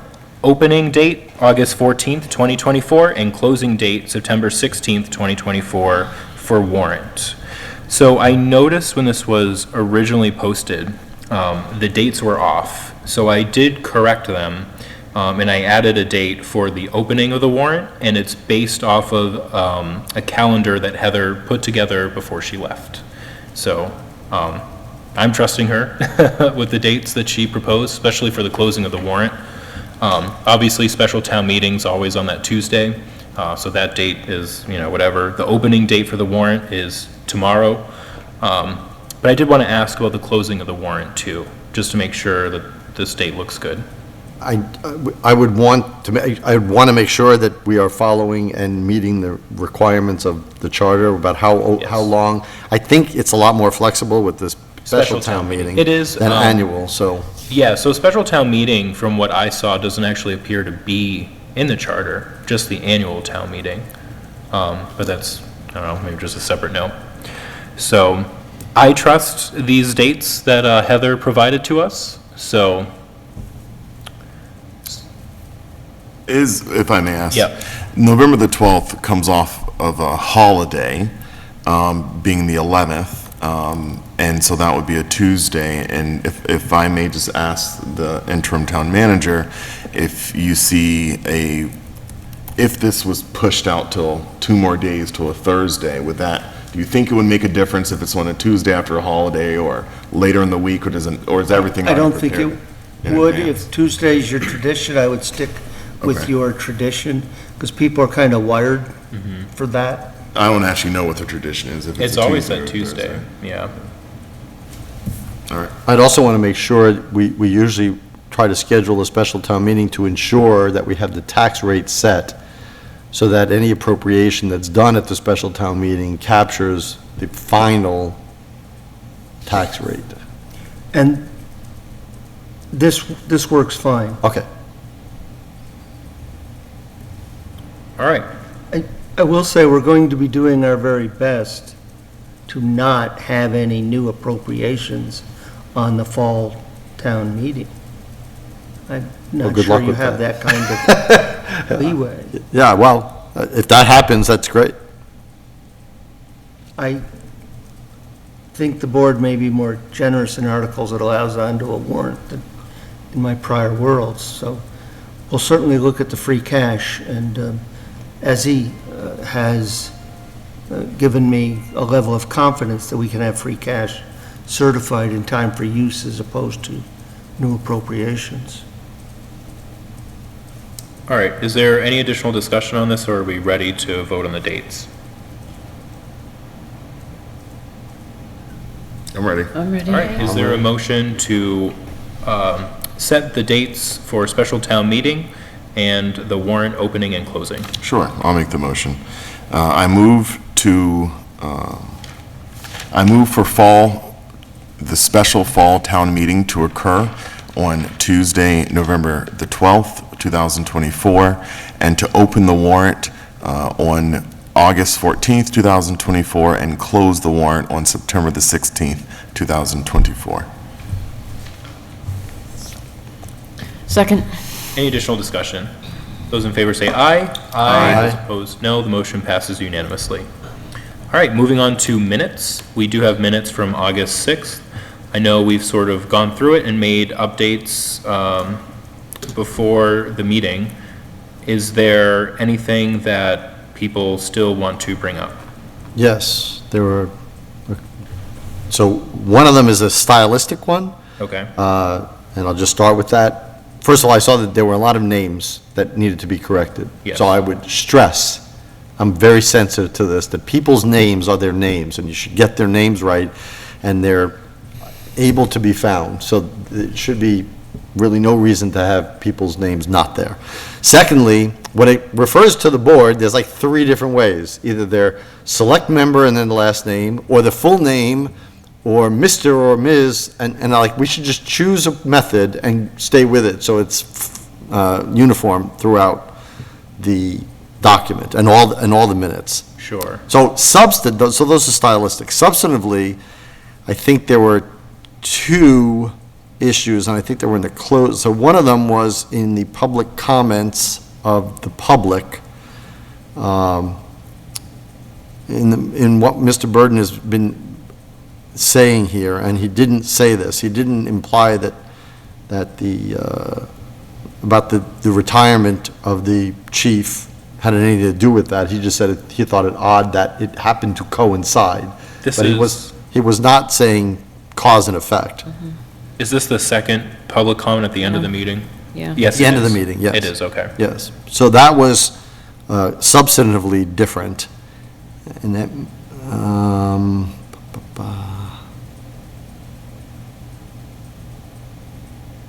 maybe that was the only substantive one. The other ones were caught by other members earlier. The Economic Development Committee still has to be changed to my name. But I did email Yeah. Annie on that. Okay, so we got a few things here. So, hold on one second. So I didn't actually watch that public comment. Selectman Alonso, can you just summarize what the change should be for that one? I would say that question the timing and circumstances of the police chief's retirement, and then I would just end it there, actually. Okay, I wouldn't even put, I would, instead of a comma, put a period and then Right. remove the rest of the sentence. okay. And then Selectman Moore. The what were you Economic saying? Development Committee, I just made that comment. Under committee reports, Yeah. yeah. Oh, and it still still says, says Renee. Yeah. Okay, now if I could offer in the stylistic, what it should say, it shouldn't say select man, select woman, it should say select board member or just member. yeah. With a capital. So member, unless it's the chair or vice chair. I'll talk with Annie on that for going forward. It is, I always enjoyed working with city councils or town councils, because everybody's a counselor. There you go, that's right. Well, here we're all selectmen unless someone chooses to go by select woman. Or just member. Yeah, members shorter. Faster to type. Okay. I was just capturing those, so it sounds like we want to get those updates and then revisit We'll these bring them back minutes. to you Yeah. next week. Yeah. Thank you for your Yep. patience. Of course. All right, warrants, we don't have any, but Not there this- are some things that we have to sign, so I'll just pass those down. Did you want this also? Yes, I do. Those are for you to sign as chair. I know. I think there's one that isn't just for me, so that's why I'm looking. So that one's for me.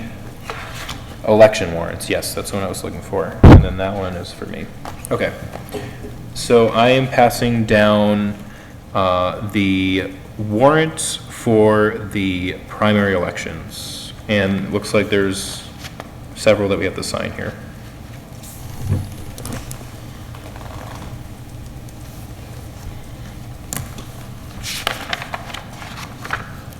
All right, this is going to take a second. While I'm doing that, do we want to move on to action items? Sure, I have one.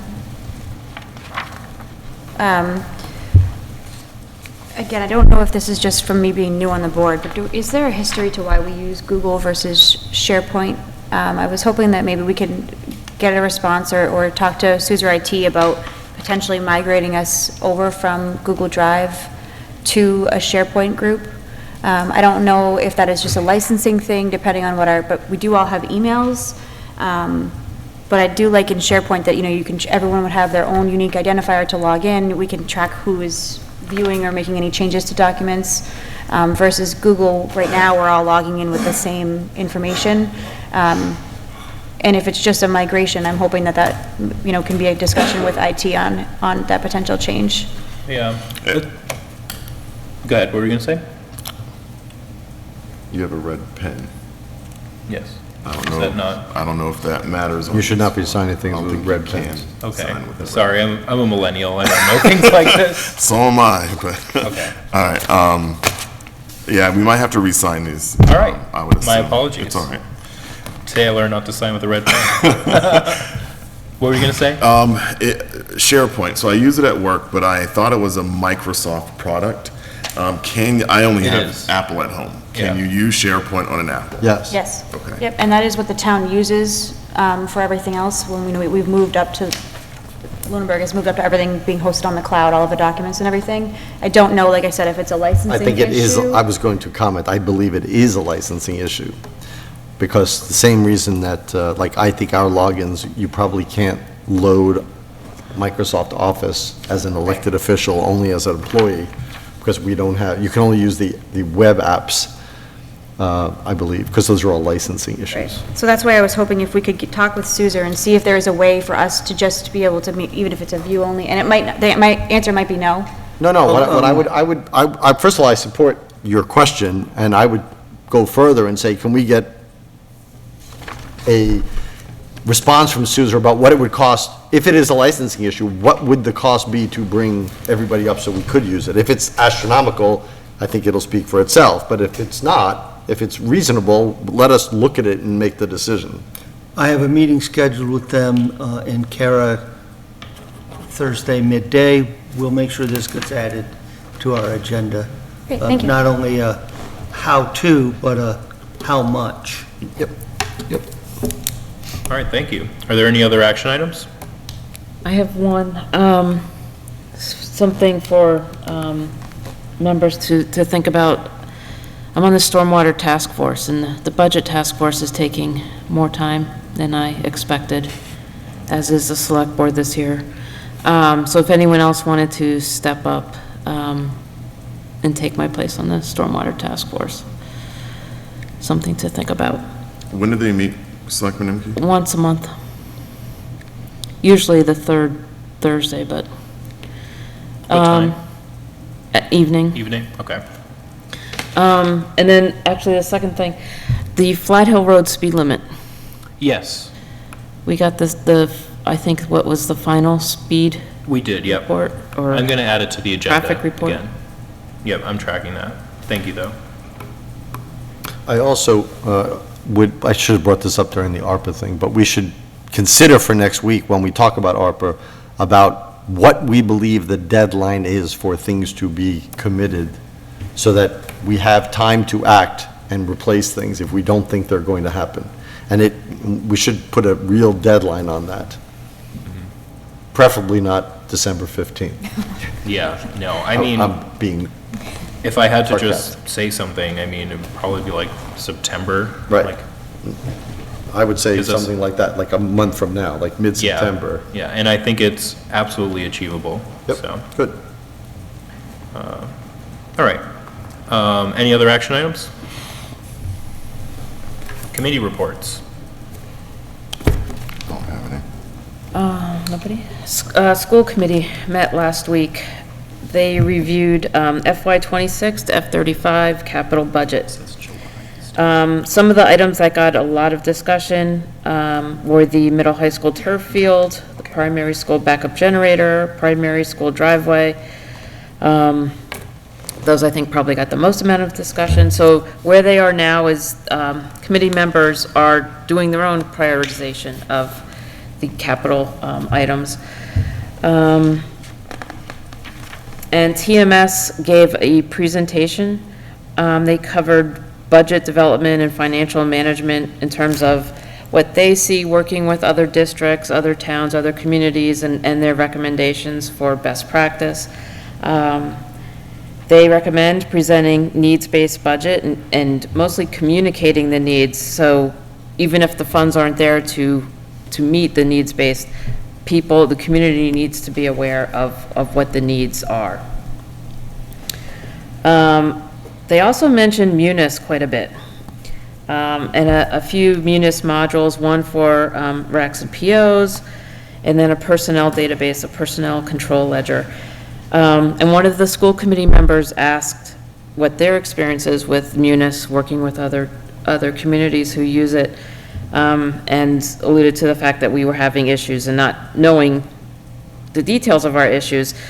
One of the reps from TMS said that they have seen other communities experiencing issues implementing modules, but those seem to be due to resource limitations of Tyler Technologies. That was his feedback. One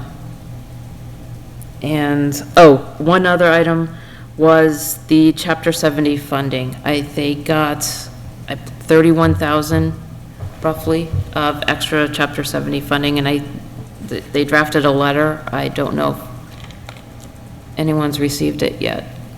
I think it might have gone to FinCom by now. Anyway, that will be coming to request that the money goes directly to the schools. And that's it. I had none, FinCom met on Thursday, I was not there in person or on Zoom, and I have not played it yet, but I had no other meetings last week. I also didn't have any meetings last week. I don't have any. Council on Aging met this morning. They discussed the Neshoba Valley closing extensively. I already covered that. They discussed capital projects. One thing that was new that came up was redoing the flooring, so that's one thing that they're going to be looking for at some point. They discussed personnel. I've mentioned these a lot too, but they are not going to be seeking grade changes anymore, but they do want to pursue in the budget hours increase for the meal site manager position. And also their meetings will be recorded from now on. They took a vote on that this morning. And I think that captures most of it. Planning board met last night, but I completely forgot. I haven't watched it yet. So I will get back to that at some point and update you next week. All right, upcoming meetings, August 20th and September 3rd, and public comments. Are there any public comments from the interim town manager? I have none, Mr. Chairman. All right, thank you. Are there any public comments from the public? Ms. Rogers.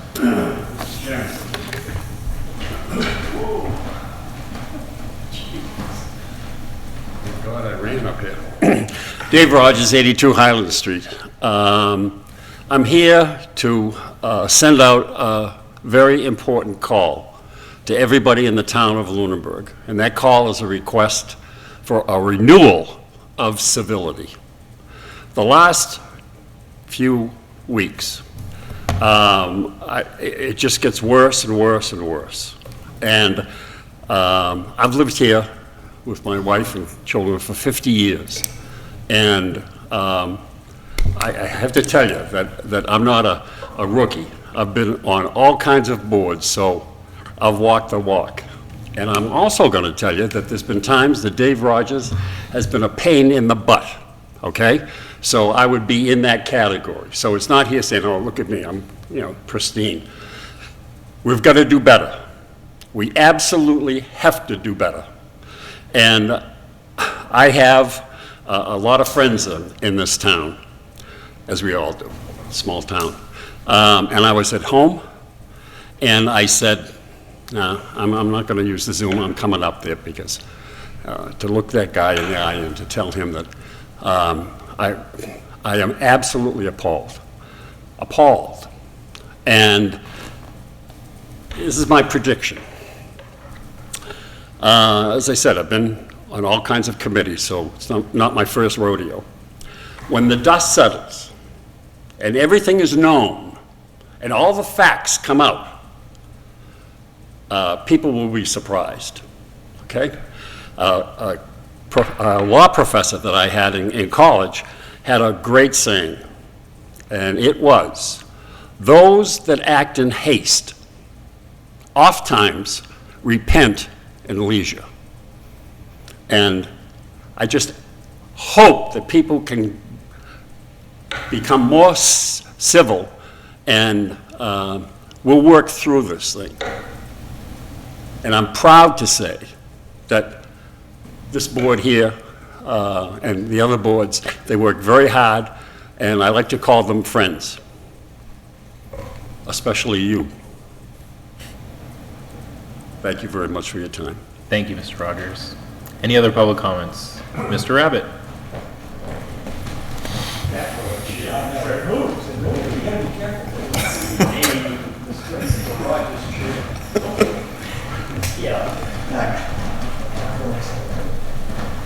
Good evening, and you're all my friends. So I would like to echo a little bit of what... Say your name I'm and sorry, address. John Rabbit, 314 Townsend Harbor Road. I thought when you said it, I was off the hook, but apparently not.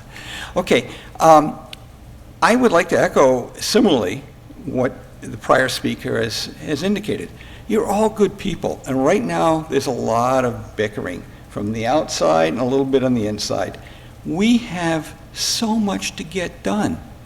We need all the energy of all of you people focusing on how do we fix this.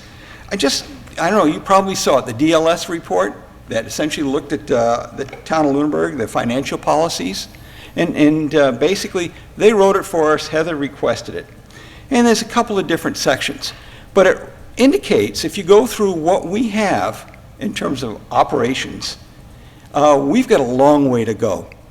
And I'll be truthful, there's a thing called 18091 ISO that addresses us. It's a similar of ISO 9000, another standard. And they're hitting on this all over the place.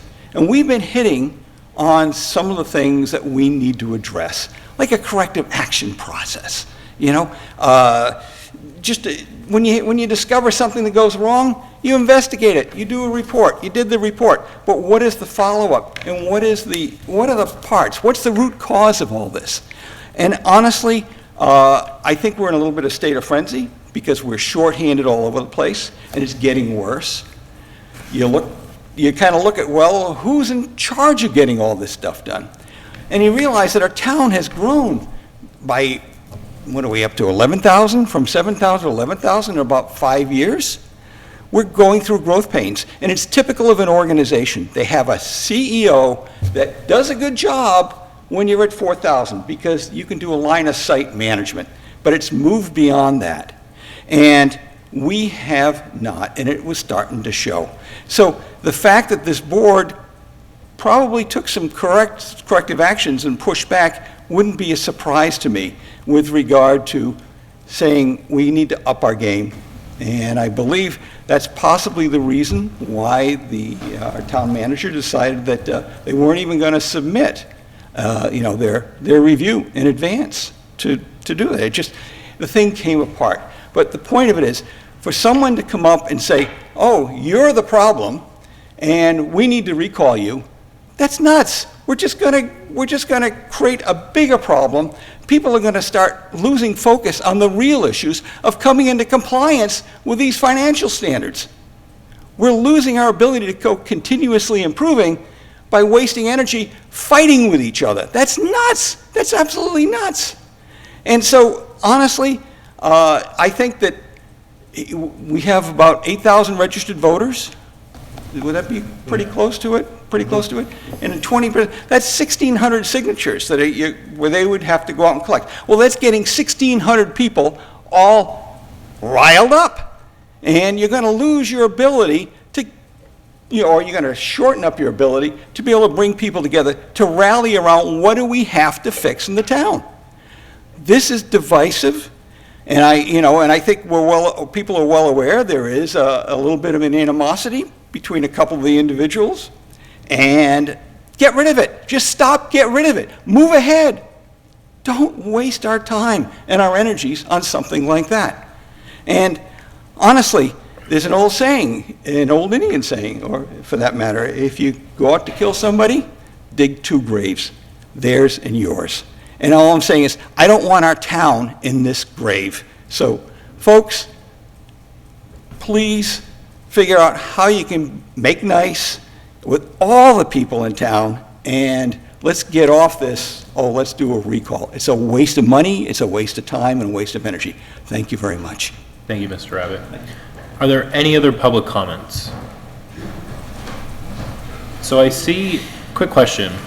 On Zoom, if someone calls in with their cell phone, are they able to raise their hand or any way indicate to me that they would want to make There a is a public way to comment? raise their hand, but you'd have to know it. It's like *6 or *9 or something, but you could just unmute them and ask Okay, them. that's what I wanted to do, but I'm not the host, so I'm going to ask the booth, if you don't mind unmuting this person that's called in. I just want to make sure that they don't have a public comment.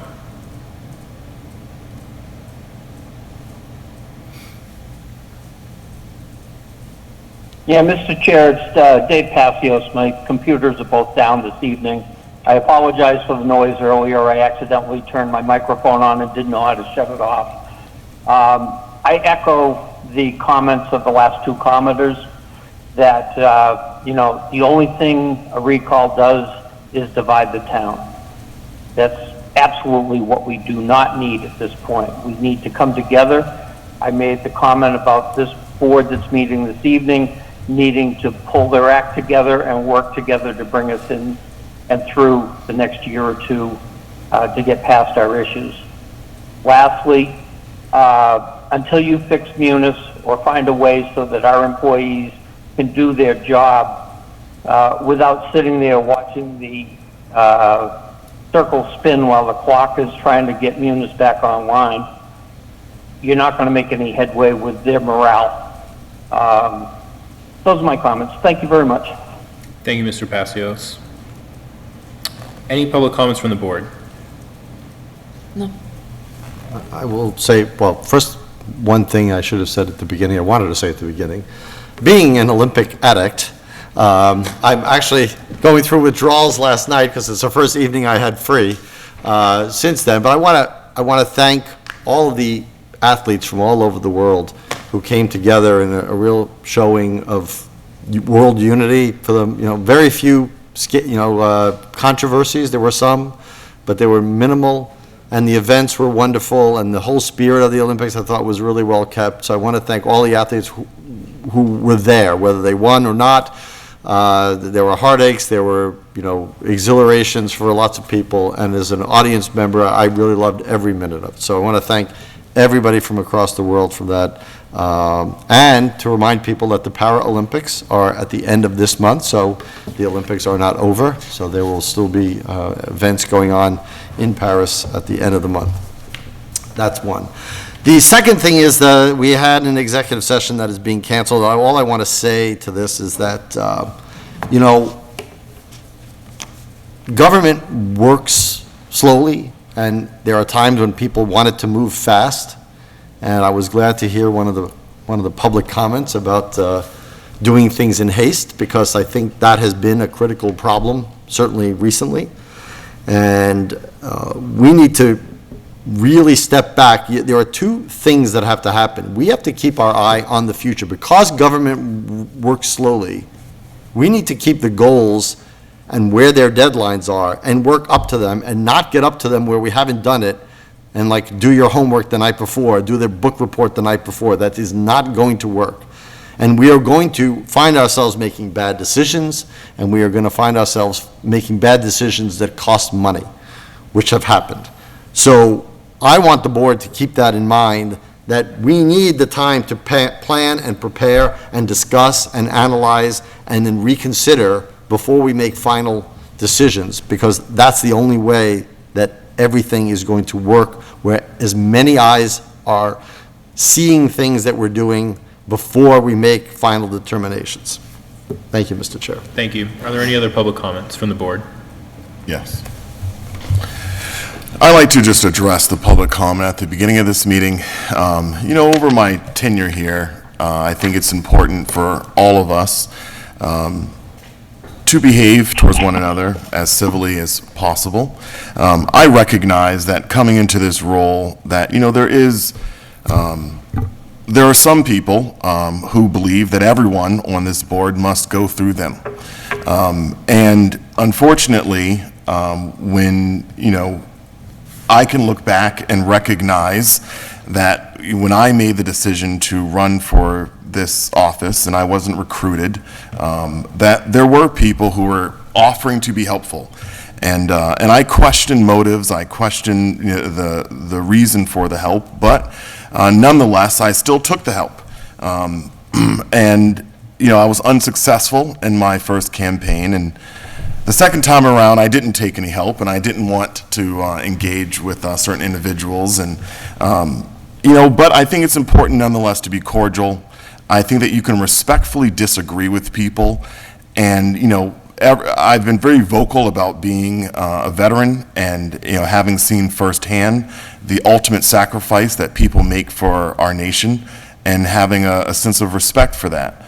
I think that the comment that said this morning, or not this morning, earlier in the meeting, certainly is personal. I'm 42 years old, and, I think that, sometimes it's not enough to just disagree with someone. Sometimes people really just want to go out of their way to make your life as difficult and as challenging as possible.